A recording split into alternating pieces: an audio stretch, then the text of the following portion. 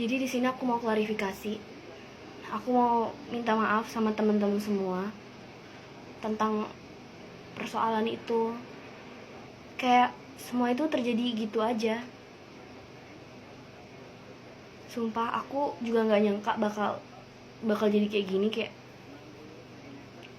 aku nggak tahu. Tiba-tiba jadi rame gini, aku juga bingung.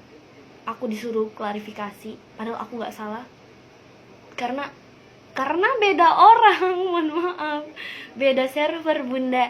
Nih muka ciptaan Tuhan, Allah yang ngasih begini, kita kagak minta, demi Allah kagak minta, swear dah, bener, kagak bohong. Emang Tuhan yang ngasih begini bentukannya. Jadi mohon maaf, salah server ya. Untuk bunda-bunda semua netizen, sekali lagi saya mohon maaf. Kalau mau mampir ya boleh.